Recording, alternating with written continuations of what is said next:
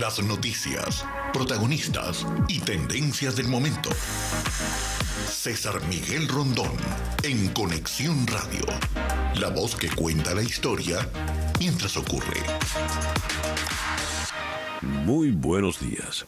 Son las 9 en punto de la mañana de este jueves 21 de septiembre del año 2023. Y en este momento, a las 9 en punto de la mañana de este día, usted está en la sintonía de En Conexión Radio por Éxito 107.1 FM, la emisora del sur de Miami. Usted también nos puede escuchar por la aplicación Actualidad Media Group. Esta aplicación usted la puede descargar de manera gratuita en su celular, y también puede contactarnos por éxito107.com. Recibo el saludo del amigo José de Villa desde Maracaibo. Henry Moreno está en Atlanta celebrando la extensión del TPS para todos los venezolanos en Estados Unidos. Juan Bautista González nos saluda desde una Caracas que él dice está harta de tanto abandono. Doña María Alicia Cifontes, siempre tan consecuente, también nos saluda desde Caracas. Nancy Teresa Herrera desde Valencia. Carlos Cuevas en Filadelfia. María Isabel Vargas Rodríguez en Tennessee. Carlos Ramírez en La Serena, Chile. Gerardo Serrao en Doral. Gracias a todos por reportar la sintonía de En Conexión Radio. En Conexión Radio es una producción de Floralicia Anzola para Éxito 107.1 FM. Floralicia está en ese momento montada en un avión, así que no puede saludarnos. Pero Laura Rodríguez, quien está en la producción general, sí está aquí con nosotros y sí nos va a saludar. Buenos días, Laura. Muy buenos días a todos, feliz jueves, ya casi terminando la semana. Sí, falta Floralicia para que diga así eufórica, jueves. Mariel Sofía Rodríguez está en Madrid, encargada de la producción informativa. Buenos días, Mariel Sofía. Muy buenos días a todos, feliz jueves. En los controles está Jesús Carreño. Muy buenos días, Jesús. Buenos días, César. Y cuenta con la colaboración de Carlos Prato. Buenos días, Carlos. Buenos días, César. Y ante el micrófono, quien tiene el gusto de hablarles, César Miguel Rondón. Hoy en el Santoral Católico es el día de San Mateo, así que felicitaciones a todos los Mateos. San Alejandro de Bacano, felicitaciones a los Alejandros. San Jonás, felicitaciones a los Jonás, conozco uno por lo menos. Y Santa Maura. Maura, hay varias, felicitaciones a todas ellas. En el calendario astrológico de Enrico Mariani, para el día de hoy tenemos a la luna creciente en Sagitario, luna para buscar la verdad. Ya que es jueves, puede usted adelantar el fin de semana, porque es la luna ideal del fin de semana, es la luna para irse de parranda, para irse de fiesta, para irse a celebrar. No sé por qué las noches de los jueves son las noches que la gente se va, como digamos, de bonche, ¿no? Es la luna también pues para hacer ejercicios, practicar sus hobbies y, como decía, para buscar la verdad. Luna creciente en Sagitario, Sol en Virgo, este jueves 21 de septiembre del año 2023. Hoy es nada menos que el Día Internacional de la Paz. Se pide respeto de 24 horas, por lo menos, sin violencia y alto al fuego. ¿Se logrará? En 1981, la Asamblea General de Naciones Unidas proclamó este día como el Día Internacional de la Paz, dedicada a conmemorar los ideales de paz de cada pueblo y cada nación.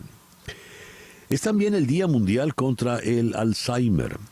El Alzheimer se considera la nueva epidemia del siglo XXI. Se estima que para el año 2050 el número de personas con Alzheimer ascienda a 131.500.000 personas.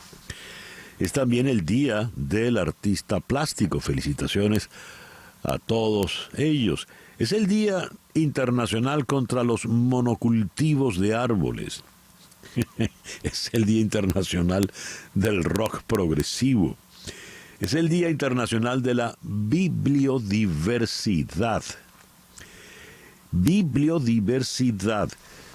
Se pretende con este día apoyar la edición y distribución de libros y obras literarias que no son récord de ventas y de lectura en ferias de libros, librerías y bibliotecas.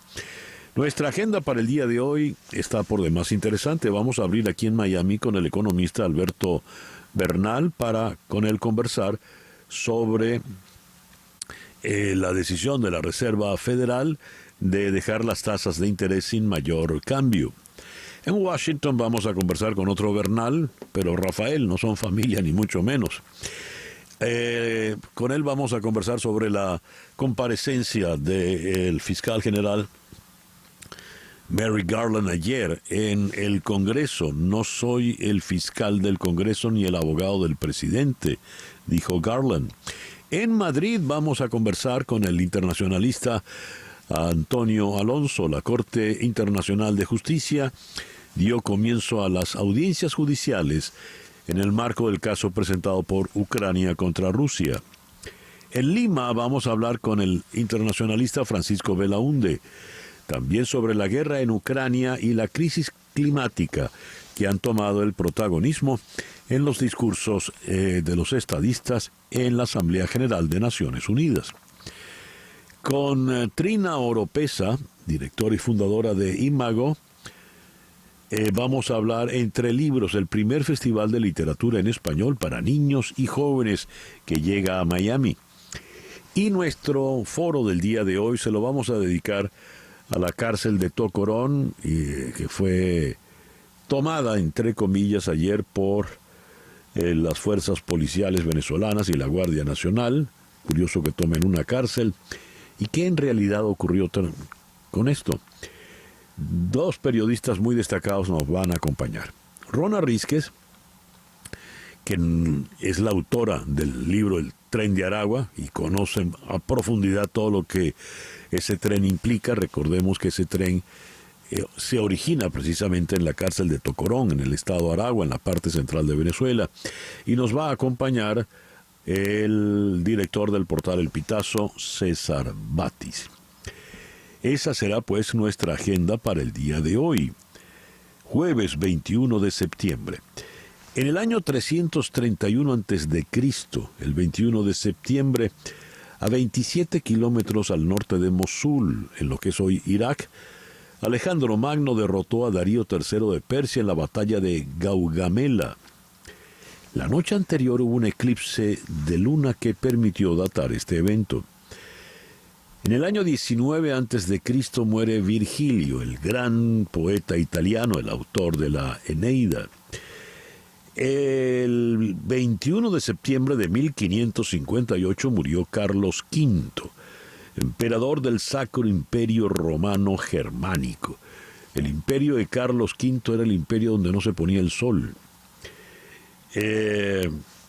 Todo lo que era la frontera otomana, España, Italia, todo lo que era América, lo que terminó siendo la América hispana, por supuesto, buena parte desde América del Norte hasta el sur, más las islas del Pacífico. El 21 de septiembre de 1792, en París, la Asamblea Legislativa proclama oficialmente la Primera República Francesa, con lo cual se acaba definitivamente la monarquía francesa. Un detalle interesante para los cinéfilos: el 21 de septiembre de 1903 se proyectó la primera película de vaqueros, el western Kit Carson. Duraba 21 minutos. 21 de septiembre de 1936, la Junta Fascista Española nombra a Francisco Franco generalísimo y comandante supremo en el arranque de la Guerra Civil de España. 21 de septiembre de 1937, en Londres, J.R.R. Tolkien publica El Hobbit.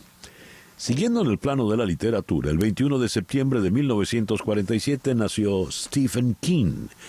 Hoy cumple pues 76 años. Ha vendido más de 350 millones de copias de sus libros. Muchos han sido adaptados al cine, películas para televisión, cómics, en fin. La más reciente, Holly, ha sido muy aplaudida, para variar, por la crítica y el público. El 21 de septiembre de 1949 se proclama la República Popular de China. Arranca, pues, la China comunista. 21 de septiembre de 1950 nace Bill Murray, el comediante que arrancó en los 70 en Saturday Night Live. Hoy cumple, pues, 73 años. 21 de septiembre de 1956, en la ciudad de León, el dictador nicaragüense Anastasio Somoza es baleado por el poeta Rigoberto López Pérez. Resulta mortalmente herido. Moriría 8 días después en Panamá. Un poeta fue el que disparó. El 21 de septiembre de 1973, el Senado confirma a Henry Kissinger como secretario de Estado. Es el primer secretario de Estado naturalizado, es decir, no es oriundo de Estados Unidos. De hecho, a sus 100 años, Kissinger todavía habla con un muy fuerte acento alemán. El 21 de septiembre de 1998, siguiendo en Washington, Bill Clinton testifica ante el gran jurado sobre sus relaciones con Mónica Lewinsky. Ya han pasado 25 años del escándalo, ¿eh? El 21 de septiembre de 1874 nació el compositor británico Gustav Holst. 21 de septiembre de 1928 nació el gran cantador español Enrique Montoya. El 21 de septiembre de 1959 nació Corinne Drury, quien hoy está cumpliendo 64 años. Ella es la cantante de Swing Out Sisters. Hacemos contacto con Hani Martínez Ward. Hani, muy buenos días. Muy buenos días, ¿cómo están? Y bueno, queríamos recordarle que nosotros estamos abiertos 24/7 a cualquier hora para si usted tiene un accidente. Y nosotros siempre le decimos, es mejor que usted haga esa llamada inmediatamente. Nosotros empezamos a lidiar con los seguros, abrir los reclamos, hablar con ellos, porque lo que queremos es que usted haga hacer valer sus derechos inmediatamente. Si hay la posibilidad de una renta de un auto, usted recibe la renta del auto. Si hay la posibilidad de arreglar su carro de primero, pues entonces le damos prioridad. Y eso es lo que queremos hacer, que no un accidente no le dañe el resto de la semana o el resto de los días por no tener su carro, por no tener un auto de renta, ya que en Miami no se puede estar sin auto. Así es. Por ello, tenga usted en la memoria de su teléfono móvil, de su teléfono celular, el teléfono de Hani Martínez Ward, el número. ¿Cuál es ese número? 855-DOLOR-55. 855-DOLOR-55, que equivale a 855-365-6755. Le repito, 855-365-6755. Y muy importante lo que dijiste, Hani, 24/7 están allí para atender en cualquier caso de accidente, ¿es así? Exactamente, y no le cobramos un centavo a usted, podemos ir a visitarlo hasta su casa, puede venir hasta nuestras oficinas de Miami Lakes o en 10 minutos por teléfono. Cuando usted nos contrata desde el principio va a tener un mejor resultado. Por ejemplo, acabamos de cerrar un cliente que nos llamó desde la escena del accidente, siguió todos nuestros pasos y pudo obtener, después de su tratamiento médico, $120,000 por sus lesiones, y ahora quiere comenzar su nuevo negocio con esa compensación monetaria. Mira qué interesante esto. A ver, Hani, cuando tú dices usted no tiene que pagar nada, pero siempre hay que pagar algo, ¿quién paga? Bueno, sí, no es que trabajamos de gratis, es que a usted no le cuesta nada. ¿Por qué? Porque el seguro del culpable es el que paga el gasto de abogado. Usted nunca va a pagar nada. El seguro del culpable paga el gasto de abogado cuando ganamos el caso, y si no ganamos el caso, no se preocupe, usted tampoco nos debe absolutamente nada. Muy bien. Repito los teléfonos de Hani Martínez Ward. 855-DOLOR-55, 855-DOLOR-55, que equivale a 855-365-6755, 855 365-6755. Hani, muchísimas gracias. Muchas gracias. Hani Martínez Ward, abogada de accidentes. Me escribe el amigo Alfredo Andarcia. Buenos días, César Miguel. ¿Me podrías felicitar que cumplí años el lunes? Por cuestiones de trabajo no pude escucharte. Él está en Villahermosa, Tabasco, México. Bueno, felicitaciones, Alfredo. Pero el que sí cumple años hoy es el otro Alfredo, mi suegro, cumple 90, así que lo quiero felicitar. Y muchísimos años menos, hoy cumple 7, mi nieta Belén Ignacia, así que estamos en un día de muchos cumpleaños. El editorial con César Miguel Rondón. 11,000 hombres en armas son un ejército, ¿verdad? Usted ve que 11,000 hombres entran en un pequeño poblado de pocas calles y pocos habitantes, y eso es una invasión, eso es una guerra. Pues 11,000 hombres en armas entraron en la población de Tocorón, en el estado Aragua, en el centro de Venezuela, para tomar la peligrosa prisión que lleva su nombre. La noticia dice así: el gobierno de Venezuela toma la prisión de Tocorón en el estado Aragua. Un operativo policial y militar de 11,000 agentes intervino en la prisión con el objetivo de desarticular la organización criminal transnacional, conocida como Tren de Aragua, y evitar una fuga masiva. Detectamos unos túneles, hemos impedido una fuga masiva y hemos controlado todos los privados de libertad y también hemos capturado a algunas personas con armamento. Eso dijo el ministro del Interior y Justicia, el almirante retirado Remigio Ceballos. Hay un detalle, o hay varios detalles.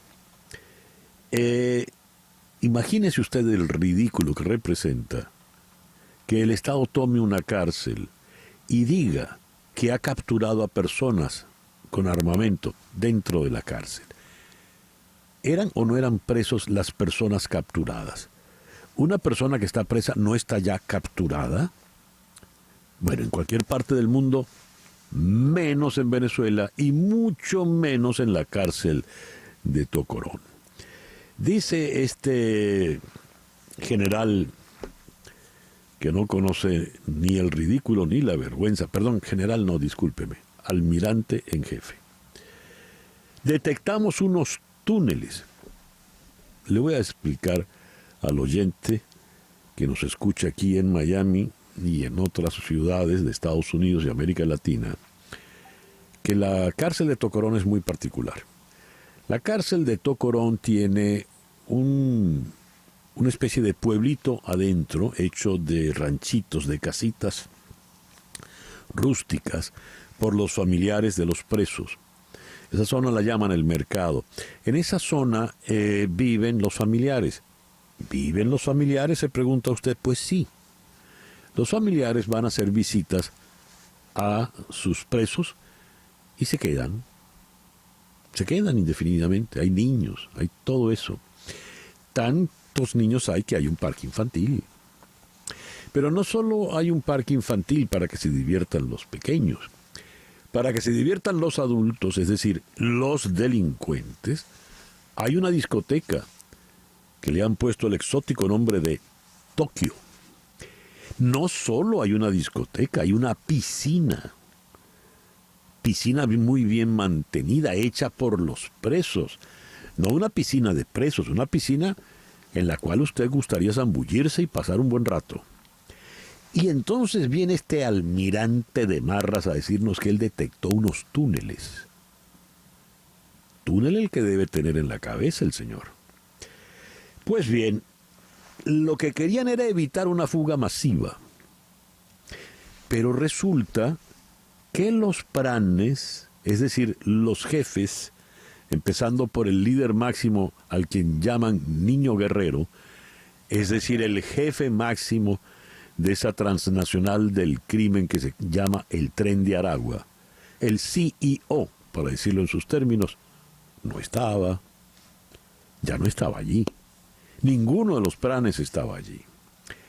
Si usted lee El tren de Aragua de la periodista Rona Rísquez, entiende la vinculación estrecha, sumamente estrecha, entre los altos personeros del régimen y los delincuentes criminales en esa cárcel. Rona Rísquez publicó un tuit inmediatamente, disculpe el señor Musk, pero uno le sigue diciendo tuit, un tuit donde decía: si entraron en Tocorón fue porque negociaron. En otras palabras, ni con 11,000 hombres en armas este régimen puede enfrentar el crimen. ¿Qué ocurrió allí de verdad? La pregunta por ahora queda en el aire. Son las 9:22 de la mañana. Una pequeña pausa y ya regresamos en Conexión Radio por Éxito 107.1 FM en Miami. Continuamos en breve con César Miguel Rondón en Conexión Radio por Éxitos 107.1 FM.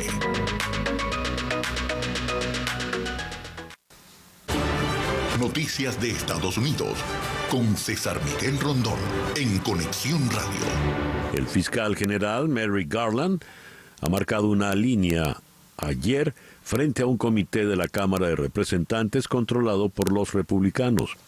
Garland aseguró que dirige un departamento apolítico. En su testimonio, respondió a los legisladores que han criticado al Departamento de Justicia por su manejo de las acusaciones del expresidente republicano Donald Trump y del hijo del actual presidente demócrata Joe Biden, Hunter.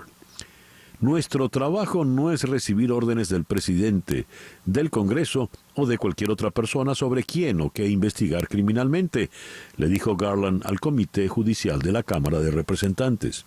Y continuó: no soy el abogado del presidente. Agregaré que no soy el fiscal del Congreso. El Departamento de Justicia trabaja para el pueblo estadounidense. Fin de la cita. Sin una estrategia clara, sin apoyo seguro y sin mucho tiempo para evitar un cierre del gobierno, el presidente de la Cámara de Representantes, Kevin McCarthy, prometió que no renunciaría a tratar de convencer a sus colegas de que aprobaran un proyecto de ley de financiación temporal a través de la Cámara. No es el 30 de septiembre, el juego no ha terminado, le dijo McCarthy a los periodistas. Al otro lado del Capitolio, el líder de la mayoría del Senado, Chuck Schumer, abrió la Cámara tratando de seguir adelante con un plan bipartidista. Pero los senadores republicanos se están uniendo a sus compañeros en la Cámara de Representantes para luchar por reducciones más profundas. Dijo Schumer: es otro recordatorio de que en ambas cámaras un pequeño grupo de republicanos de derecha dura están listos para detener los engranajes del gobierno. Cassidy Hutchinson, la ex ayudante de Donald Trump, que se convirtió en testigo crucial el 6 de enero, dijo en un nuevo libro que fue manoseada por Rudy Giuliani, que era como un lobo acercándose a su presa aquel día del ataque al Capitolio. Al describir la reunión con Giuliani entre bastidores durante el discurso de Donald Trump cerca de la Casa Blanca, antes de que sus partidarios marcharan hacia el Congreso en un intento de revocar las elecciones del 2020, la señora Hutchinson dijo que el exalcalde de Nueva York, convertido entonces en abogado de Donald Trump, puso su mano debajo de mi chaqueta y luego intentó hacerlo debajo de mi falda. La Reserva Federal dejó las tasas de interés sin cambios, pero señaló que era posible un aumento más este año, ya que los banqueros centrales también cambian su enfoque hacia cuánto tiempo mantendrán las tasas altas y cuándo decidirán que ha habido suficiente progreso en su lucha contra la inflación. En nuevas proyecciones económicas de la reunión de 2 días de la Reserva Federal, los responsables políticos esbozaron un panorama algo mixto. Los funcionarios ahora esperan que la economía crezca 2.1% este año, un aumento significativo con respecto al pronóstico de 1% de hace solo unos meses. ¿Será posible ese crecimiento de 2.1? Vamos a consultar aquí en Miami con el economista Alberto Bernal. Alberto, muy buenos días, gracias por atendernos. Muy buenos días, César Miguel, muy gracias por tenerme en el programa. ¿Qué te parece este estimado de la Reserva Federal luego de dejar las tasas tal como están?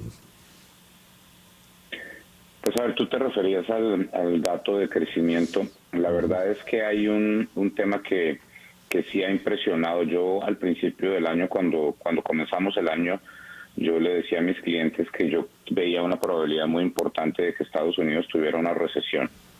Y todo parece indicar que esa recesión se está alejando, pues, o sea, no es que no vaya a haber recesión, sino que cuando comience va a comenzar más tarde de lo esperado. Entonces esa es una buena noticia, obviamente, porque las recesiones implican menos empleo y todas estas cosas. Claro. Entonces creo que la nueva expectativa del Banco Central de Estados Unidos implica que muy seguramente no vamos a tener una recesión sino hasta más tarde, digamos en la segunda parte del 2024. Ese crecimiento de 2%, 2.1% es por encima de lo que yo esperaba. Yo esperaba que lo subieran a 1.2%, de 1% a 1.2%, pero pues tenemos ese 2.1% que es mejor, que es un dato bastante robusto y bueno, celebrarlo, ¿no? Dice la Reserva no modificó las tasas, pero no se descarta que pueda haber un aumento en lo que resta de año. ¿Cómo ves esa posibilidad?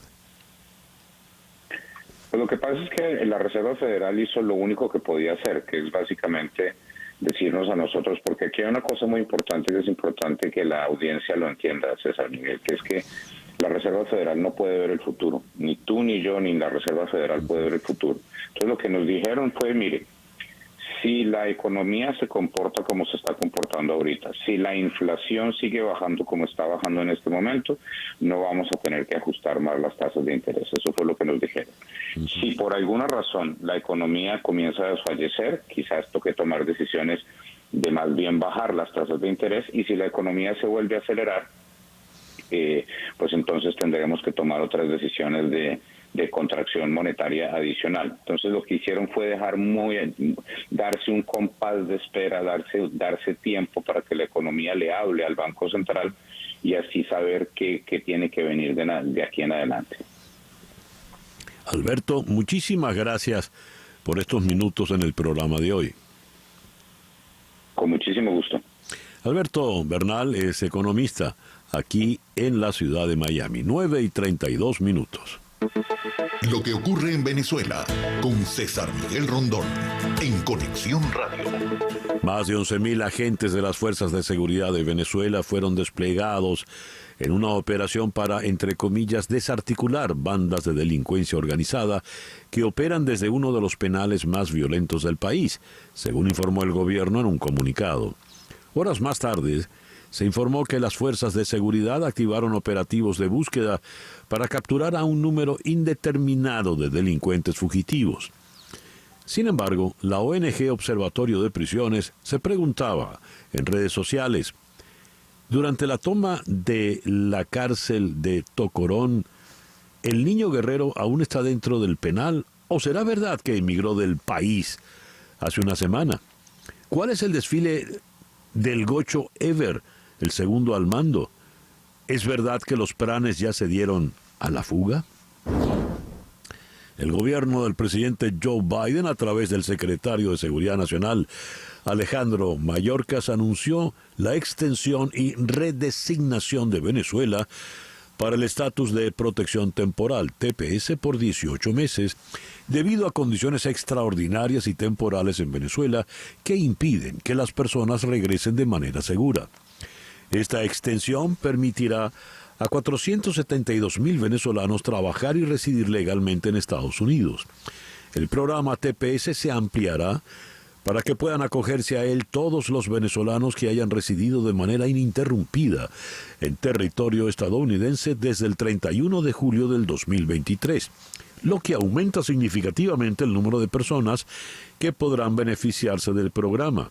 Hasta ahora, solo podían acogerse al TPS aquellos venezolanos que hubieran llegado legalmente a Estados Unidos desde marzo del 2021, cuando Biden anunció la entrada en rigor del programa, 9:34. Lo que pasa en Latinoamérica, en Conexión Radio. Perú inició una investigación penal para averiguar cómo salieron del país los supuestos cuerpos extraterrestres no humanos que se exhibieron en la Cámara de Diputados en México. El autodenominado ufólogo Jaime Maussan afirmó que los dos pequeños cadáveres, entre comillas, fueron recuperados de Cusco, Perú. Los presentaron en cajas transparentes en Ciudad de México el pasado miércoles y eso alborotó a la comunidad creyente en teorías de conspiración sobre ovnis. El presidente de Colombia, Gustavo Petro, achacó al Estado Mayor Central, la mayor disidencia de las FARC, la explosión de un carro bomba en el convulso departamento del Cauca que dejó al menos 2 muertos y 2 heridos. Las acciones del EMC en el Cauca son su respuesta ofensiva en el valle del Micay, donde se produce el 70% de la hoja de coca del Cauca. Nuestro objetivo se mantiene, dijo Petro. El Valle del Micay será el ejemplo de cómo se sustituye una economía ilícita por una lícita en favor del campesinado.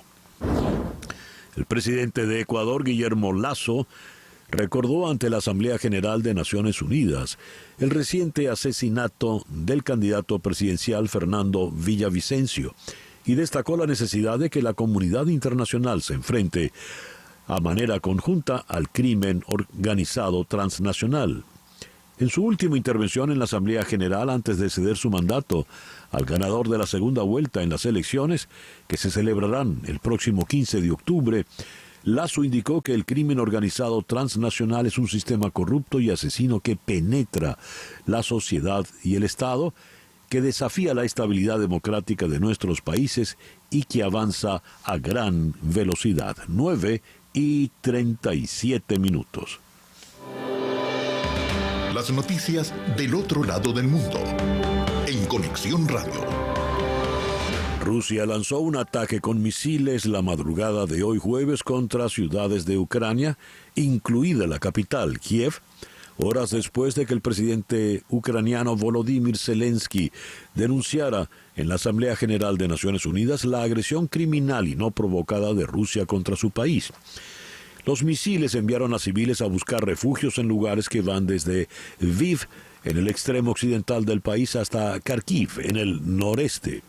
En Kiev, al menos 7 personas resultaron heridas.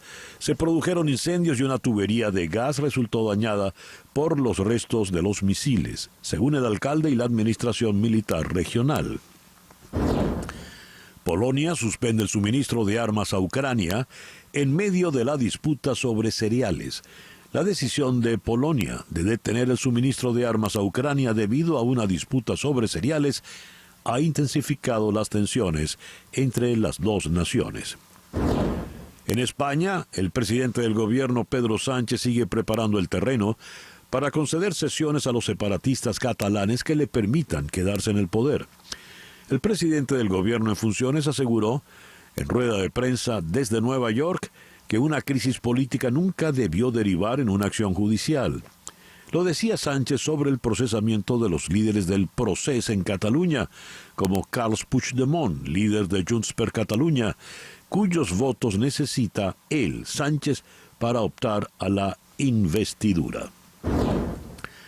El rey británico Carlos III urgió a Francia y al Reino Unido a revitalizar sus vínculos durante una suntuosa cena en el Palacio de Versalles en su honor en el marco de su visita a París.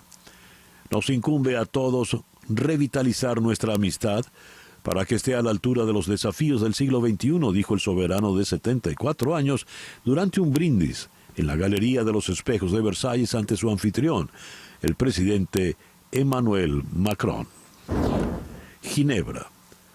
La Organización Mundial de la Salud alertó del reciente brote de botulismo en Francia con 15 casos, uno de ellos mortal, y advirtió que podrían diagnosticarse en los próximos días más infecciones, incluso entre turistas extranjeros, por la afluencia de visitantes en el Mundial de Rugby. La primera ministra italiana, Giorgia Meloni, criticó ante la Asamblea General de Naciones Unidas a las mafias que se lucran gracias a la migración ilegal, que se aprovechan del caos desatado, sobre todo en África, por los efectos del cambio climático, por la guerra en Ucrania y por el terrorismo. El reloj indica 9:40 de la mañana, una pequeña pausa. Al regreso, seguimos en Conexión Radio por Éxito 107.1 FM en Miami. En un momento regresamos con César Miguel Rondón en Conexión Radio por Éxitos 107.1 FM. Sintonizas a César Miguel Rondón en Conexión Radio por Éxitos 107.1 FM. 9:43. Contratar los servicios de un abogado de inmigración es un asunto serio porque establecerse en Estados Unidos requiere de trámites que debes realizar con abogados con experiencia y conocimiento. Ese es el caso de las abogadas de Canelo Fadul Immigration, especialistas en visas de inmigración laboral, familiar, humanitarias, entre tantas otras. Ellas suman más de 55 años de experiencia, asesorando desde la solicitud de la visa hasta la obtención de la residencia y posterior ciudadanía. Si necesitas asesoría para inmigrar, llama al 844-8MIGRAR. 844-8MIGRAR, que equivale a 844-864-4727. Di que llamas de mi parte y la primera consulta es gratis. También puedes escribir a inmigraya@canelofadul.com. Canelo Fadul Immigration, reputación, confiabilidad y efectividad. Al leer las noticias de Estados Unidos, reparamos en la comparecencia que tuvo ayer ante un comité judicial de la Cámara de Representantes en Washington, el fiscal general de la Nación, Merrick Garland. ¿Qué impacto tuvo esta comparecencia? ¿Qué se desprende de ella? ¿Cómo quedó el señor Garland? Vamos a Washington. Allí en la línea telefónica está el periodista de The Hill, Rafael Bernal. Rafael, muy buenos días. Muchas gracias por atendernos. Buenos días, un gusto como siempre. A ver, ¿qué nos dices de esa comparecencia de ayer? ¿Cómo quedó el señor Garland? Pues, como era casi predecible, salió más o menos en el mismo estado político, el mismo estado político en el que entró. Sabíamos que le iban a tocar básicamente aplausos de parte de los demócratas y ataques de parte de los republicanos. Hubo un republicano que yo vi, Ken Buck de Colorado, que es bastante conservador, que habló bien del fiscal, un tema un poco separado obviamente de el punto central, que era que los republicanos que lideran ese comité estaban ahí para básicamente acusarlo de llevar dos tipos de justicia, una muy agresiva en contra del expresidente Trump y una muy laxa en contra del hijo del actual presidente, de Hunter Biden. Tal como lo expones, Rafael, esto nos habla de la polarización tan aguda que hay en el cuadro político de Estados Unidos, donde los dos bloques se sientan, hablan, pero en realidad no se escuchan, no intercambian realmente ideas.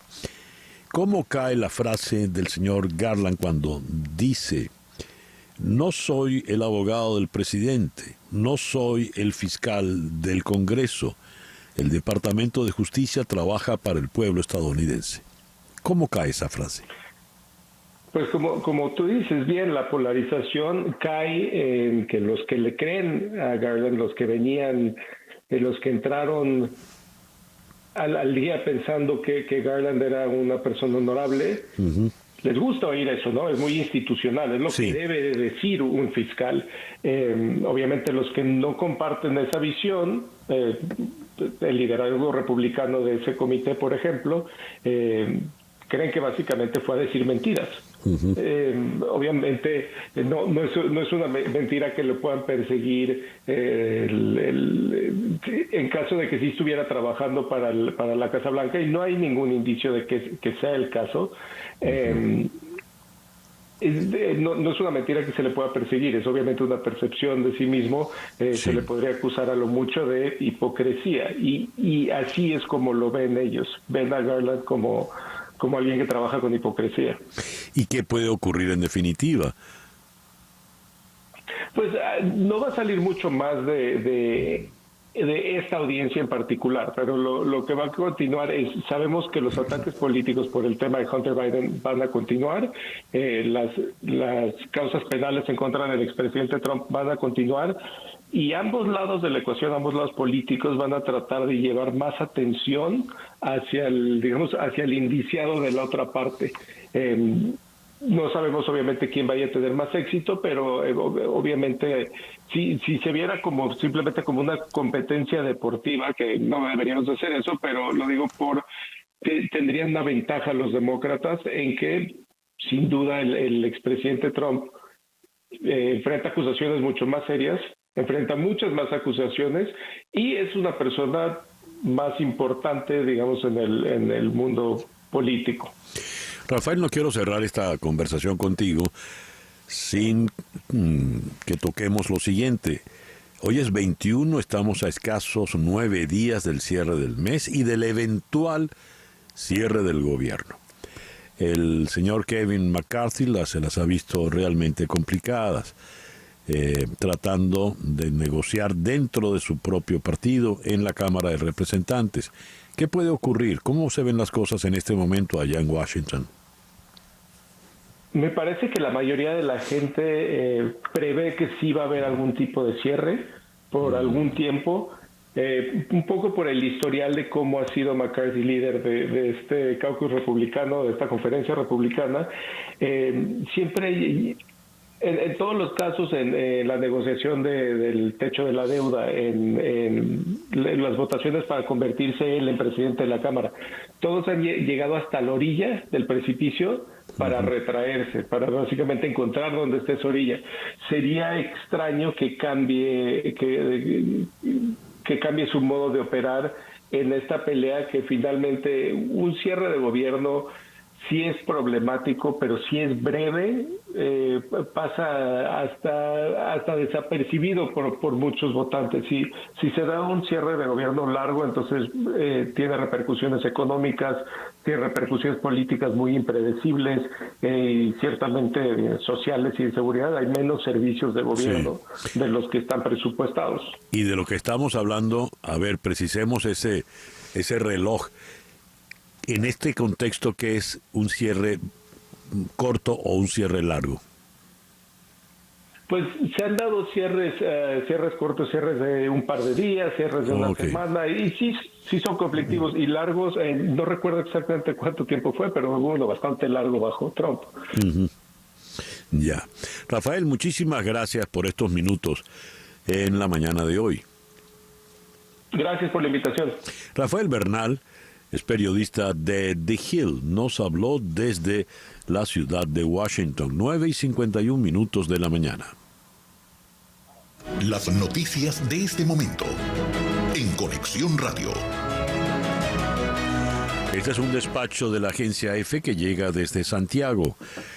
La policía chilena desarticuló en la madrugada de hoy jueves la cúpula de la organización radical indígena Resistencia Mapuche Lafkenche, que cometía constantes sabotajes contra grandes reservas forestales en el sur del país y detuvo al menos a 10 personas. Durante el operativo de la Policía de Investigaciones, PDI, se allanaron una decena de viviendas en las comunas de Curanilahue y Cañete, ambas en la región de Biobío, más de 520 kilómetros al sur de Santiago. Entre los detenidos hay un agente activo y otro ya retirado del cuerpo policial de Carabineros. Esta es una investigación que tiene un par de años. Se inicia en el 2021 y se vincula a la sustracción de madera, según explicó Ignacio Castillo Val, director de la Unidad Especializada de Crimen Organizado de la Fiscalía Nacional allá en Chile.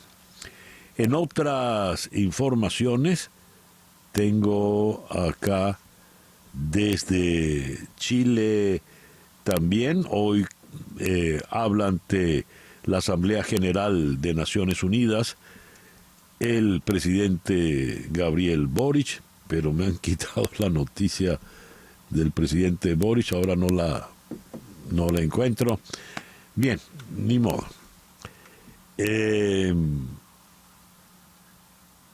La Corte Internacional de Justicia, pasemos la página, ha dado comienzo a las audiencias judiciales en el marco del caso presentado por Ucrania contra Rusia ante la Corte por la comisión de un presunto genocidio a raíz de la invasión del territorio que comenzó en febrero del año 2022. Estas audiencias públicas, que se alargarán hasta el próximo 27 de septiembre, han comenzado con la presentación de las objeciones preliminares de la parte rusa, que se opone tajantemente a que la demanda de Kiev salga adelante. El embajador de Rusia en Holanda, Alexander Shulkin, y la embajadora adjunta del país ante Naciones Unidas, María Sabolotowskaya, representan al gobierno ruso ante el tribunal, si bien la causa cuenta ya con la intervención de 32 estados.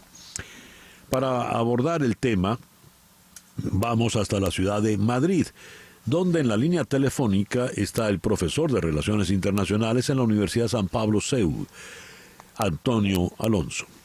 Antonio, muy buenos días, muy buenas tardes por allá. Muchísimas gracias por atendernos. Muchas gracias a ustedes por la invitación. Muchas gracias. Antonio, que la Corte Internacional de Justicia, la Corte Penal Internacional, se ocupe del caso que presenta Ucrania contra Rusia, ¿puede conducir a dónde? ¿Qué se espera de un juicio como este, de un caso como este? Pues desde mi punto de vista ha sido un gravísimo error de parte de lo que se llama la comunidad internacional, meter al Tribunal Penal Internacional en estas cuestiones, porque si queremos que realmente ese tipo de jurisdicción universal se vaya asentando, lo que tenemos que procurar es llevar ante cualquier tribunal de justicia, tenemos que procurar llevar un caso, lo que se llama un caso bien armado. ¿Qué significa eso? Que no quede ninguna sombra de duda de que esa corte, ese tribunal, tiene legitimidad para juzgar eso y de que efectivamente garantizar que ese tribunal va a actuar con imparcialidad. Obviamente, ni una cosa ni la otra tiene visos de que ni una condición ni la otra tiene visos de que haya sido cumplido en este caso y en otros que se han intentado llevar ante el Tribunal Penal Internacional, por ejemplo, contra Rusia, ¿no? De crímenes contra la humanidad, etcétera, ¿no? Cuando se intentó armar el caso de la deportación de los niños, etcétera, ¿no? Si desde un primer momento de la denuncia ya se comienza con sospechas de que el tribunal no va a ser imparcial, sino que no va a ser parcial, va a estar totalmente de parte de uno de los dos lados, pues obviamente lo que diga ese tribunal va a caer en saco roto, porque enseguida puede ser acusado clarísimamente por la otra parte de ser parcial, de no ser justo. Y no hay cosa peor para un tribunal de justicia que ser acusado de injusto o de imparcial. Claro, de hecho una suerte de oxímoron, ¿no? Una especie de gran contradicción. Claro. ¿Qué sería lo deseable entonces, lo pertinente? Bueno, la cuestión es que primero habría que accionar otro tipo de mecanismos dentro de las propias Naciones Unidas, ¿no? Pues por ejemplo, que hubiera resoluciones en las que se hablara clarísimamente de este conflicto, o invitar a las Naciones Unidas para que fuera mediador en el conflicto, llamarles para que enviaran un negociador para mediar entre las partes, en fin, toda una serie de mecanismos que evidenciaran que, en este caso, Naciones Unidas, pero podría ser otra organización, como por ejemplo la OSCE, que también está durmiendo el sueño de los justos, y precisamente es la organización donde yo creo que se podría llevar a cabo este diálogo, puesto que ahí en esa OSCE están implicadas, son miembros activos, Ucrania, Rusia, Estados Unidos, todos los países de la Unión Europea. Entonces sería un foro ideal pues para reactivarlo, para promover ese diálogo entre todas las partes, un diálogo tranquilo, sosegado, en el que todas las partes pusieran sobre la mesa cuáles son sus demandas, cuáles son sus exigencias y qué es lo que estarían dispuestos a ofrecer para finalizar el conflicto, porque esto no hay que olvidarlo, el conflicto estamos en él, estamos ya metidos en él, pero ya han pasado 1 año y medio, han pasado muchas cosas. Y entonces no empezamos de cero, sino que ya hay muertos sobre la mesa, hay destrucción en el país, y entonces eso hay que tenerlo en cuenta también, claro, las exigencias de las víctimas. Por supuesto. Antonio, muchísimas gracias por atendernos en el programa de hoy. Muchas gracias a ustedes, muchas gracias. Antonio Alonso es profesor de Relaciones Internacionales en la Universidad San Pablo CEU de Madrid. Ya que estamos en España, quiero detenerme un momento en lo declarado por Pedro Sánchez desde Nueva York, a donde ha viajado por la Asamblea de Naciones Unidas. Según leo en la reseña del diario El Mundo de Madrid, Sánchez rechaza ahora decir que Puigdemont debe ser juzgado. Una crisis política nunca tuvo que derivar en una acción judicial. Nosotros hemos respetado el trabajo y la labor de la justicia, eso lo hemos hecho siempre. También digo, y lo he comentado siempre, que una crisis política nunca tuvo que derivar en una acción judicial. Yo recuerdo que cuando el presidente del gobierno, Mariano Rajoy, y el fiscal general de entonces, José Manuel Maza, abrieron la puerta a todas estas causas judiciales a través de la Audiencia Nacional, trasladé mi malestar al señor Rajoy. El presidente declaró que lo que hemos hecho durante estos 4 años ha sido tratar de devolver a la política lo que nunca debió salir de la política. En el fondo, lo que es una inmensa contradicción es que Sánchez haga lo que sea por complacer a Puigdemont, pues porque depende de los votos de Puigdemont para ser investido presidente de nuevo. Y cuando hablamos de Puigdemont, hablamos del líder separatista. Jan Marinat escribía un artículo muy interesante e inteligente con el título El desguace de España, donde hablaba de lo brillante que fueron los pactos de la Moncloa que sellaron la transición, y ese legado, le cito, corre peligro en manos de una ristra de hijos díscolos, dispuestos a cargarse todo con tal de ocupar la Moncloa, sin medir las consecuencias de una confrontación que ya luce polarizante y desintegradora.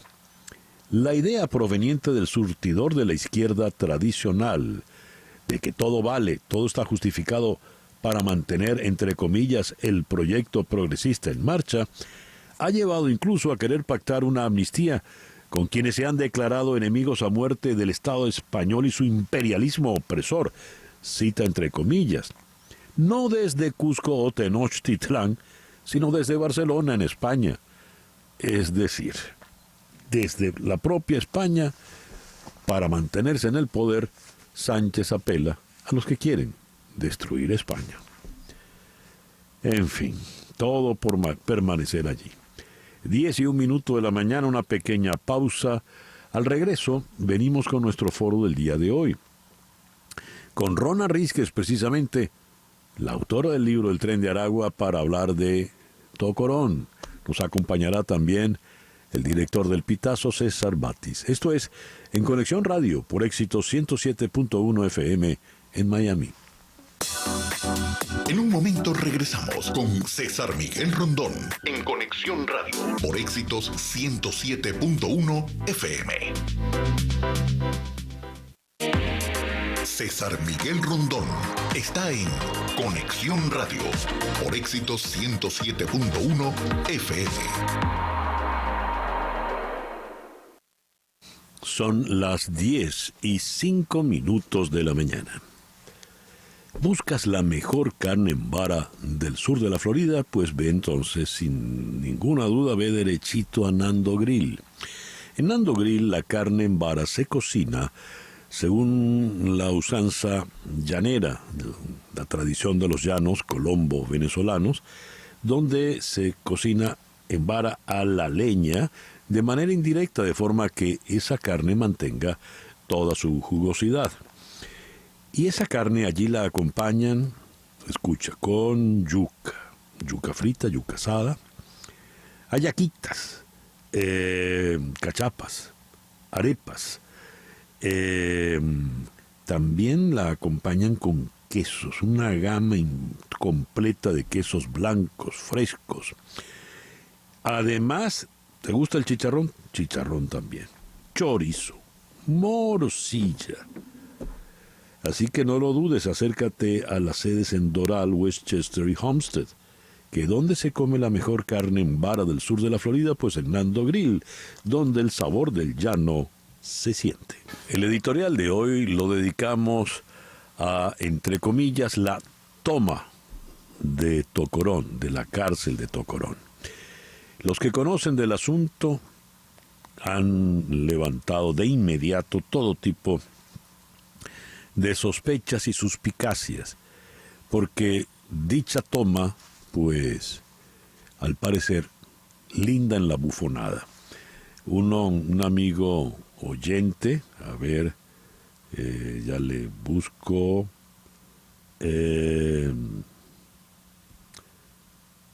a ver, Javier Mata Urbina escribe: detuvieron a los detenidos. El almirante Ceballos dice: arrestamos a presos armados. Es el único país del mundo donde se arresta al preso. Al que ya está preso, lo vuelven a arrestar.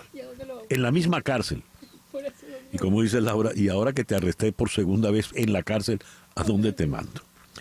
¿Qué hay detrás de esto que tiene todas las luces de ser una suerte de charada, un tinglado, una bufonada? Si alguien conoce a fondo el asunto porque lo ha investigado y ha escrito sobre ello, es la periodista Rona Rizquez, quien de manera muy valiente ha publicado el libro sobre el Tren de Aragua. Rona nos acompaña hoy. Buenos días, Rona, bienvenida a nuestro programa. Hola, buenos días, César Miguel, un gusto. Gracias por la invitación. Y en Miami también nos acompaña otro destacado periodista de investigación, como es César Batis, director del portal El Pitazo. César, muy buenos días, gracias por estar con nosotros. Buenos días, César, buenos días, Rona, y agradecido a toda la audiencia por permitirnos conversar a través de este espacio. Muy bien. Rona, si alguien ha llevado la voz cantante en las dudas, sospechas y suspicacias, ha sido tú, con relación a esta, repito, entre comillas, toma de Tocorón. ¿Por qué? Bueno, supongo que fue porque hice un libro, he investigado a esta organización, al Tren de Aragua, que era la organización que operaba desde la prisión de Tocorón desde hace muchísimos años, ¿no? Ha sido parte de mi trabajo de investigación sobre el crimen organizado y los grupos armados no estatales en Venezuela. Entonces, bueno, eso me ha llevado a hacer un seguimiento permanente y constante a este grupo delictivo y, pues, obviamente, lo que ocurrió ayer pues fue en principio una sorpresa, porque aunque había algunas, digamos, como rumores de que esto podía ocurrir y además había un escenario propicio en cierto sentido para que esto ocurriera, pues no, una cosa son los rumores y otra cosa es ver que esto pasa, sobre todo en el caso del gobierno venezolano, pues porque sabemos que pocas veces hay acciones o pocas veces ocurre lo que debe ocurrir en materia de temas judiciales o de combatir la impunidad. Entonces, bueno, la toma de la prisión de Tocorón, yo creo que hay que entenderla como eso, pues, la toma y desalojo de la prisión de Tocorón. Esto no significa que se haya desmantelado al Tren de Aragua o que el Tren de Aragua vaya a dejar de existir porque se tomó la prisión de Tocorón. Esto puede ser un golpe para la organización porque esta era su base de operaciones y el sitio donde había nacido la organización. Pero es muy importante entender que la organización es una cosa y la edificación es otra. Y luego hay otro elemento, y es el hecho de que en todas las alocuciones, en el documento oficial publicado por el ministro de Relaciones Interiores, no se menciona para nada al Tren de Aragua. O sea, es como que si el Tren de Aragua no existiera. Hablan de que la cárcel tenía unas bandas criminales operando y que había redes de crimen transnacional, pero no se menciona el nombre del Tren de Aragua. Entonces, bueno, en este escenario yo creo que lo que podemos hablar o lo que podemos decir es que hubo una toma de la prisión de Tocorón y un desalojo de la prisión de Tocorón. Ahora, ¿cómo se explica para nuestra audiencia internacional, verdad, que no conoce esas peculiaridades tan venezolanas de, por ejemplo, poner preso a alguien que ya está preso? ¿Cómo se explica las declaraciones particularmente absurdas, por no decir otra cosa, del almirante Remigio Ceballos, el ministro del Interior?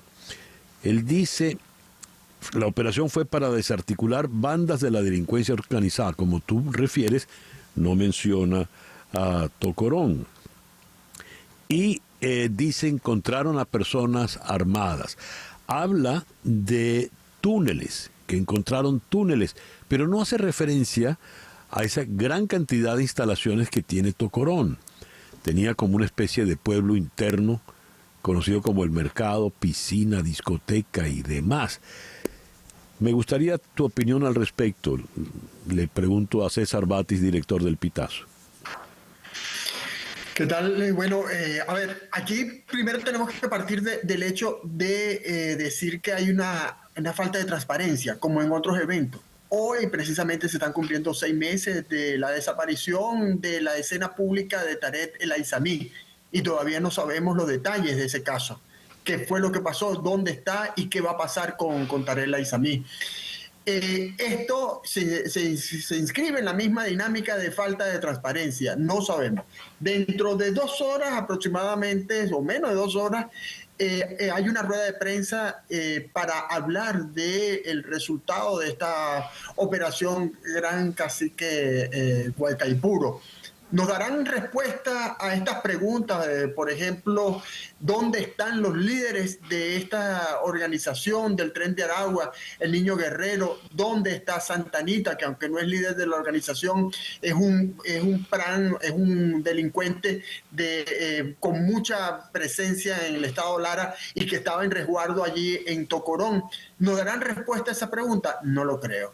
Ahora, lo que está claro es que el gobierno, ante con esta ausencia de información hasta ahora, de no mencionar, por ejemplo, al Niño Guerrero y a otros líderes que estaban allí, lo que está tratando de demostrar que realizó una acción que, como dice Rona, es de desalojo, es de toma, pero que precisamente no alcanza la profundidad de la gravedad del asunto, porque se habla de desarticular una banda, pero esa banda sigue presente porque sus líderes están activos, no están detenidos. Es más, el Niño Guerrero estaba dentro de Tocorón no cumpliendo una orden de detención, no cumpliendo una orden de un tribunal, sino porque lo deseaba. Y desde allí actuaba, como bien lo ha dicho Rona en su libro, y de allí actuaba y operaba no solo en Venezuela, sino en otros países de Sudamérica. Entonces, yo creo que falta, como decía al principio, falta mucha transparencia, como en otros tantos asuntos del gobierno de Maduro, en esta acción en Tocorón, y además esperamos que nos digan dónde están los líderes, y luego también tenemos que buscar la pregunta, y creo que ya Ron asomó algo de eso, ¿por qué en este momento esta acción? Bien, esas son las 2 preguntas que le quiero formular directamente a Rona. ¿Dónde están los líderes, fundamentalmente el Niño Guerrero, Rona? ¿Y por qué ayer? ¿Qué pasaba en el día de ayer para montar este show con 11,000 hombres en armas en las calles de Tocorón? Rona.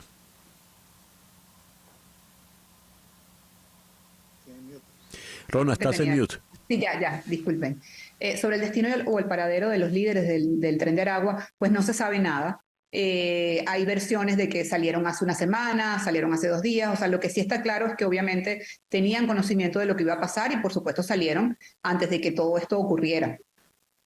Además de eso, pues es especular, decir, mira, salieron de tal manera, les dieron permiso, se los llevaron escoltados, o sea, eso sería una especulación en realidad. El hecho concreto es que salieron de la prisión antes, no estaban en la prisión cuando ocurre la toma y en este momento no se sabe dónde están. O sea, no se sabe si están en Venezuela o están en el exterior o si están en otra prisión, o sea, no, o si están bajo resguardo de las autoridades, no se sabe en este momento dónde están los líderes de la prisión de Tocorón.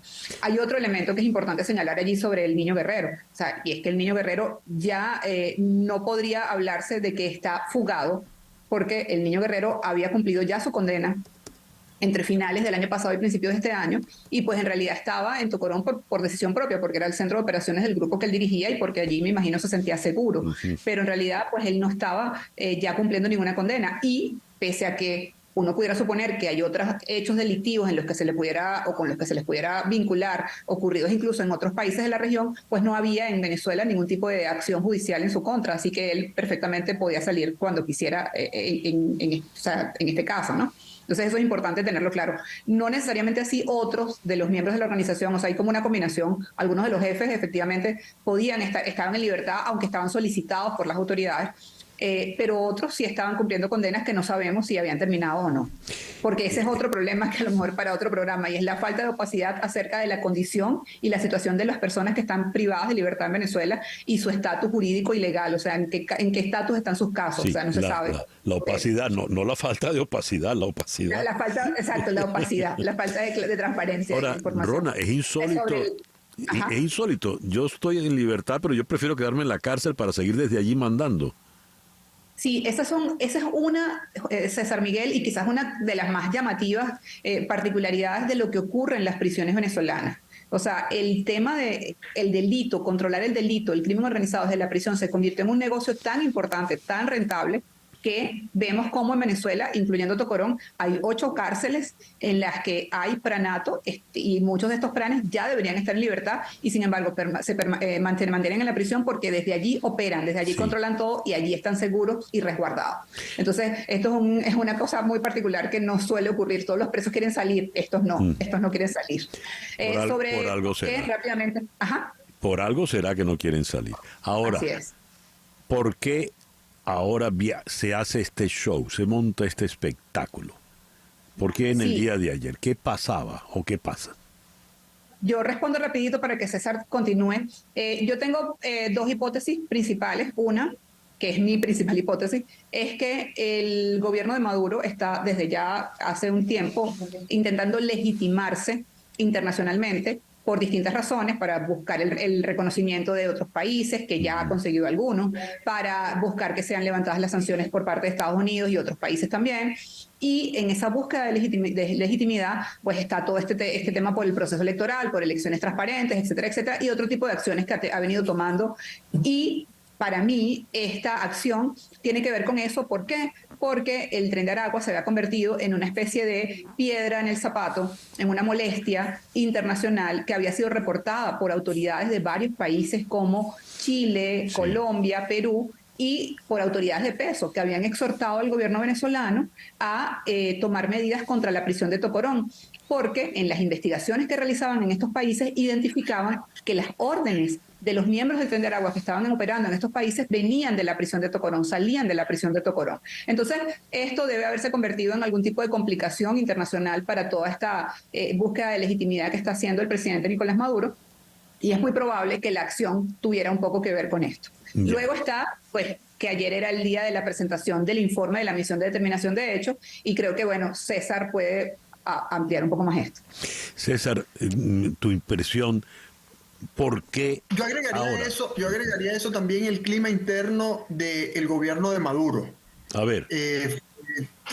Son totalmente válidas las 2 hipótesis que ha planteado Rona, pero agregaría eso también la lucha de los poderes internos entre los militares y los civiles.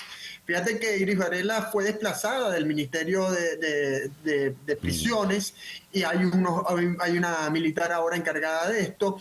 y por supuesto dentro de la facción de los militares, aunque no son militares, agregaría también la parte, lo que corresponde a la policía del CICPC, la Policía Nacional Bolivariana, es decir, los cuerpos de seguridad ante la posición de los civiles dentro del gobierno en cuanto a este tema del Tren de Aragua. Creo que también es un factor de presión porque además internamente, y esto lo uno con el tema político electoral, internamente Maduro, aunque suena como candidato presidencial para el 2024, lo más seguro, hay dudas dentro del mismo oficialismo si Maduro debería ser el candidato. E incluso han ocurrido mediciones internas que no favorecen a Maduro. Entonces Maduro tiene que construir su legitimidad, como dice Rona muy bien, externamente, pero también en lo interno del partido tiene que fortalecerse. Y por eso acciones como esta, acciones gatopardianas, porque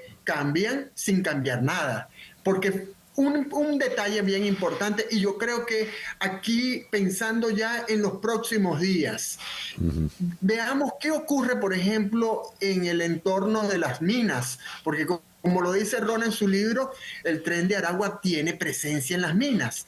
Habrá un operativo en las minas para desarticular la parte del Tren de Aragua muy importante, un líder del Tren de Aragua que opera en las minas. Veremos cómo será el seguimiento o persecución de los líderes del Tren de Aragua. ¿Se dará? Veremos la baja de algunos, como dicen los organismos policiales, que realmente es un asesinato y en la mayoría de los casos un acribillamiento de los líderes negativos de estas organizaciones. Se dará la muerte de algunos de estos integrantes del liderazgo del Tren de Aragua para justificar lo que ya han hecho, para darle un elemento de decir sí, actuamos con fuerza y no fue una negociación. Yo creo que hay que estar muy atento a lo que ocurrirá en torno al Tren de Aragua. O dejarán que pase todo esto debajo de la mesa, que se le olvide, que en medio del tema político electoral se olvide qué ha pasado con el Tren de Aragua y simplemente, como lo digo al principio, será un cambio gatopardiano. Quiero agradecerles, lamentablemente el tiempo se nos ha terminado, pero les agradezco mucho a César Batis, quien acaba de hablar, aquí en Miami, director del portal El Pitazo. Muchas gracias, César. Gracias a ti. Y Rona Rísquez, la autora del libro El Tren de Aragua. Voy a hacer la cuña. El libro El Tren de Aragua, la banda que revolucionó el crimen organizado en Venezuela, se puede adquirir vía Amazon. Así que está a disposición de todos. Rona, muchísimas gracias por atendernos en el programa de hoy. Gracias por la invitación. 10:24 de la mañana. Una pequeña pausa y ya regresamos en Conexión Radio por Éxito 107.1 FM en Miami. En un momento regresamos con César Miguel Rondón en Conexión Radio por Éxitos 107.1 FM. En el marco de la 78ª Asamblea General de Naciones Unidas ha habido dos temas recurrentes para todos los líderes mundiales que han comparecido allí. Por una parte, el tema del cambio climático y por la otra, la guerra de Ucrania. Con relación a esta, Biden dijo que si se permite la agresión a Ucrania, ninguna nación tendrá su independencia asegurada. Zelensky, quien viajó a Nueva York, acusó a Rusia de usar los alimentos y la energía como arma de guerra. Y varios mandatarios llamaron a privilegiar el diálogo frente al derramamiento de sangre. Sin embargo, hablando del gran evento de la diplomacia mundial, como es la Asamblea General de Naciones Unidas, y a pesar del manifiesto interés, la preocupación por la guerra, esta no parece que vaya a cesar, todo lo contrario. Siendo así, ¿cómo queda, por ejemplo, la Asamblea General con todos sus discursos y buenas intenciones? Esa pregunta se la formulo a Francisco Belaúnde, internacionalista, director del programa Hablemos del Mundo, en la ciudad de Lima. Francisco, muy buenos días. Gracias por acompañarnos. Gracias, César Miguel, por la invitación. Como siempre, un gusto. A ver, ¿Qué nos puedes comentar al respecto? ¿Qué va a ocurrir con la guerra luego de todo lo dicho en la Asamblea General, o va a seguir su propio rumbo al margen de la Asamblea General? Sí, no, claramente la guerra ya tiene su propio, digamos, su propio ritmo, su propia dinámica, ¿no? Y ya se está viendo que la guerra va a continuar, no va a ser, en un momento se podía esperar que fuera más corta, ¿no? Primero los rusos pensaron que en 3 días resolvían el problema, no sí o sí. Después se ha hablado de la posibilidad que la ofensiva, la nueva contraofensiva ucraniana podía durar menos, la actual quiero decir, pero se ha visto que es mucho más complicada por las defensas que digamos han instalado los rusos a lo largo de todo el frente, ¿no? Uh-huh. Que son defensas casi inexpugnables, no totalmente, pero sí muy difíciles en caso de combatir. Entonces los ucranianos están avanzando, sí, ¿no? Pero avanzando muy a poquitos, porque tampoco pueden permitirse perder demasiados hombres, entonces tiene que hacerlo con mucho cuidado, incluso sacando con la mano las minas y cosas por el estilo. Entonces ya se está viendo. Entonces todos los países han puesto en una perspectiva, ¿no?, de que la guerra va a durar, y entonces ya se están programando, ¿no?, las nuevas entregas de armamentos, y también la industria militar de los diferentes países que habían dejado de producir una serie de armamentos clásicos, como el de Estados Unidos y Europa, pues ahora ya están previendo que de aquí en unos meses estarán nuevamente en condiciones de producir suficiente armamento para entregarle a Ucrania y no tenga que, digamos, de manera sacar de los depósitos de armas de los países que tampoco pueden entregar todas las armas que tienen, ¿no? Entonces, bueno, ya todo está en esa perspectiva, ¿no? Y como tú decías, también más bien algunos que piensan que tiene que negociarse la paz, en particular, por ejemplo, Lula, ¿no?, que sí piden que pero claro, Zelensky no puede aceptar una cosa así, porque eso significaría un cese al fuego ahora, ¿no? Y los rusos se quedan con lo que han conquistado, ¿no? Ahora, está prevista en paralelo a la Asamblea General una reunión del Consejo de Seguridad, donde se sienta con su poder de veto Rusia, se sienta China y Estados Unidos. ¿Qué puede ocurrir? Bueno, claramente ese es el tema, ¿no? Que en el Consejo de Seguridad pues hay este poder de veto, y por lo tanto, como lo dijo el propio Zelensky, por cierto, ¿no?, que era inconcebible. Él decía que había que reformar, ¿no?, había que reformar el Consejo de Seguridad para que los países agresores no pudieran tener derecho de veto. Obviamente todo eso es una utopía, ¿no? Uh-huh. Es algo que no se va a producir, pero él decía eso. Los países agresores no deberían tener derecho de veto en el Consejo de Seguridad. Y por eso es que ahora el Consejo de Seguridad en realidad está bastante paralizado, porque no actúa en una serie de casos donde debería actuar, precisamente por el derecho de veto de las 5 potencias, ¿no? Esa es una situación que es ya corriente en el Consejo de Seguridad de Naciones Unidas, ¿no? A manera de conclusión, Francisco, quiero decir en la pregunta. Uh-huh. Tenemos el gran foro mundial, la Asamblea General de Naciones Unidas, donde la gran mayoría de los líderes abogan por el fin de la guerra y por el cambio climático, por tomar las previsiones para frenar el cambio climático. Sin embargo, la guerra continúa, ya lo dijiste, y con relación a lo otro, pues muy poco se hace. ¿Por qué, si todos están de acuerdo, no se logra nada?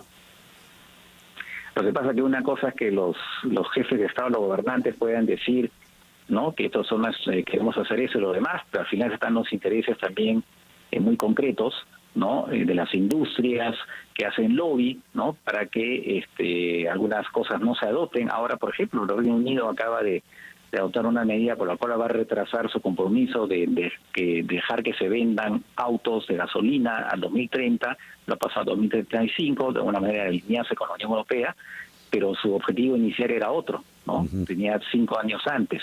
Entonces, claro, una cosa son los compromisos que muchas veces quedan en el papel. ¿Por qué? Porque hay intereses económicos, ¿no?, muy concretos que hacen que finalmente se retrase la adopción de las medidas más urgentes, ¿no? Francisco, muchísimas gracias por estos minutos en la mañana de hoy. Encantado, gracias. Francisco Belaúnde es internacionalista, nos habló desde la ciudad de Lima. Son las 10:35 de la mañana. En las noticias de Estados Unidos esta mañana, leíamos que el secretario de Seguridad Nacional, Alejandro Mayorkas, anunció la extensión y redesignación de Venezuela para el estatus de protección temporal por 18 meses más. ¿Qué significa esto? ¿Cómo quedan los venezolanos? Pues esa pregunta solo se la podemos formular a la doctora Michelle Canero de Canero Fadul Immigration. Michelle, muy buenos días, gracias por atendernos. Buenos días, gracias por tenerme hoy. A ver, esta noticia ha sido bien recibida por los venezolanos. ¿Qué significa el anuncio del secretario Mayorkas?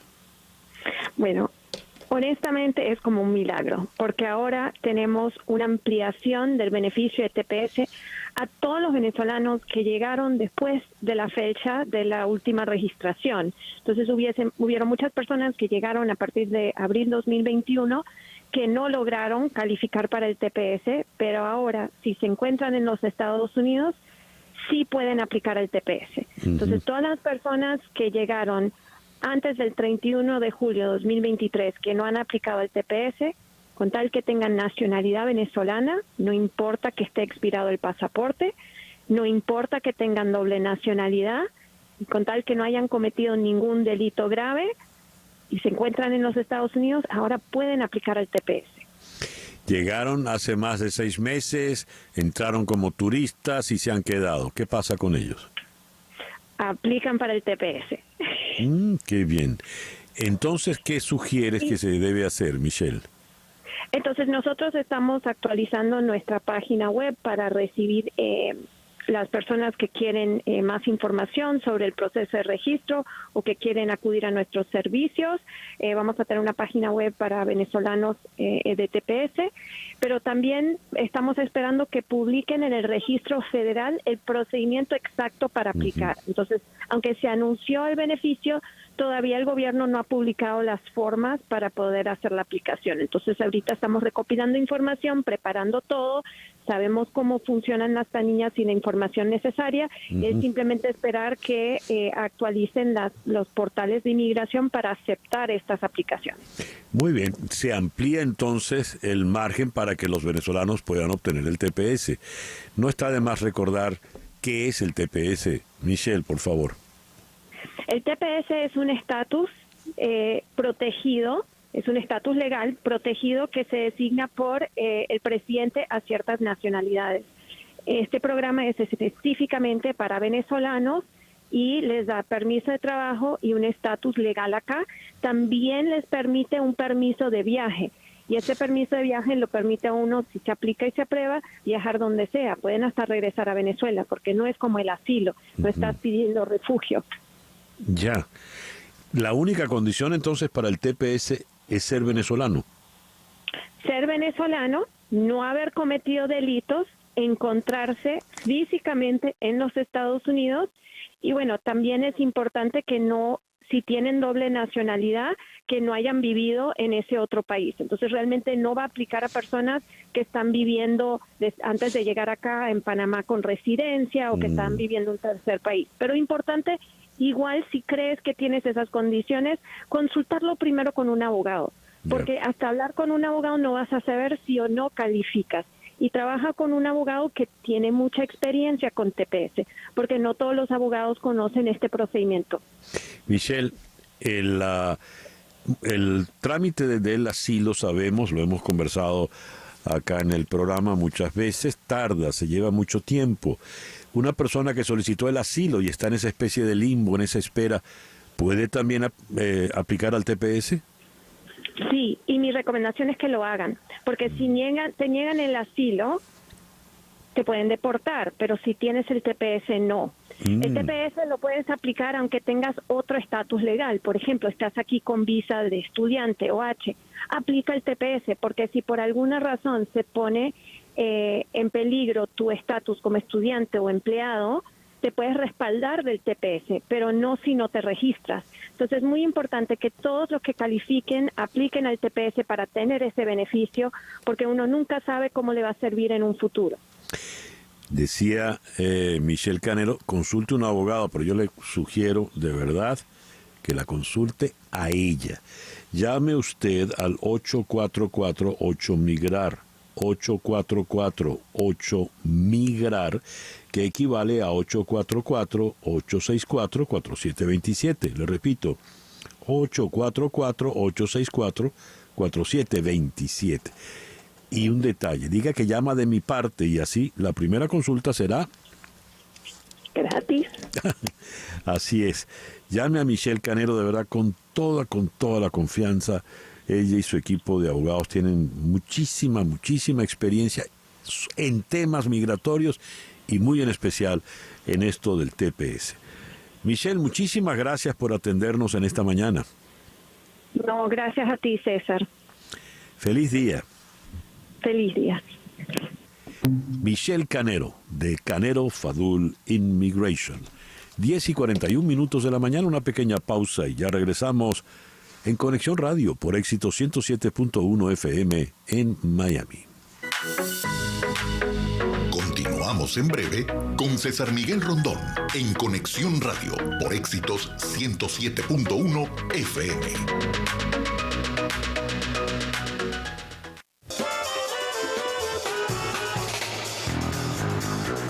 Hoy es el Día Internacional de la Paz, es el Día Mundial contra el Alzheimer, es el Día del Artista Plástico, es el Día del Rock Progresivo, pero es también, y esto es muy bueno, el día, también es bueno que sea el del rock progresivo, ojo, ¿no? Es el Día Internacional de la Bibliodiversidad. Cada 21 de septiembre se celebra el Día Internacional de la Bibliodiversidad para reivindicar la contribución de la edición bibliodiversa a la riqueza cultural de la sociedad moderna. Hablando de libros y de libros diversos, me da mucha alegría comentarles que en Miami vamos a tener Entre Libros, el primer festival de literatura en español para niños y jóvenes en Miami. Al frente de Imago, donde se va a realizar esto, está Trina Oropesa. Trina está en la línea telefónica. Trina, muchísimas gracias por atendernos. Muy buenos días. Buenos días, César Miguel. Muchísimas gracias por abrirnos tu espacio. ¿Qué es este festival Entre Libros? Sí, bueno, Entre Libros es un sueño que viene gestándose desde hace muchos años y que finalmente se está concretando a través de la non-profit que creamos en Imago, que se llama Imago por las Artes, y la alianza que hemos hecho con el Museo de Coral Gables para entonces ahora, entre el 13 y el 15 de octubre, cerrar el mes de la hispanidad con un festival absolutamente maravilloso y delicadamente curado en el que traemos 12 editoriales de las mejores editoriales de España y Latinoamérica para mostrarnos y celebrar la mejor literatura en español para niños y adultos. No, cuenta, por favor. Bueno, digamos, de estas 12 editoriales vamos a tener 7 editoriales que vienen de España, entre ellas nuestra querida Ediciones Ecaré, que nace en Venezuela y hoy tiene su sede principal en España. Sí. Viene la única editorial para niños y jóvenes de Puerto Rico, viene una editorial de Colombia, una de México, una de Argentina y una de aquí de los Estados Unidos. ¿Esto va de qué día a qué día? ¿Y quiénes van a estar presentes aparte de los libros? Sí, eso va a ocurrir del 13 al 15 de octubre en el Museo de Coral Gables. Son 3 días dedicados al arte, a la música y a la literatura. Y te explico por qué. Porque por un lado están los libros, va a estar el festival con digamos, más de 20, 30 títulos por cada una de las editoriales.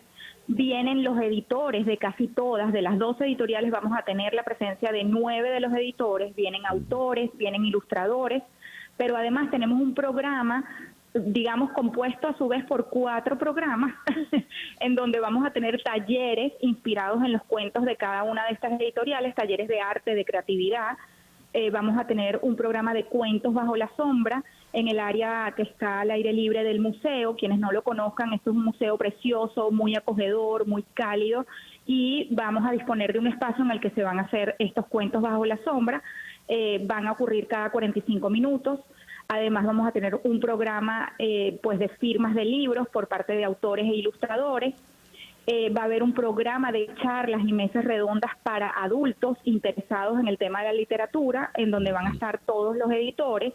Viene una especialista de literatura infantil y juvenil de España, desde lejos, desde Oviedo, una librera maravillosa que se llama Lara Meana. Y además todo esto va a estar acompañado, César, por una hermosísima y conmovedora exposición que se inaugura una semana antes en el mismo Museo de Coral Gables, el 6 de octubre, para celebrar los 45 años de Ediciones Ecaré, que fue la primera editorial, fue la primera editorial en Latinoamérica que empezó a hacer libros en español para niños.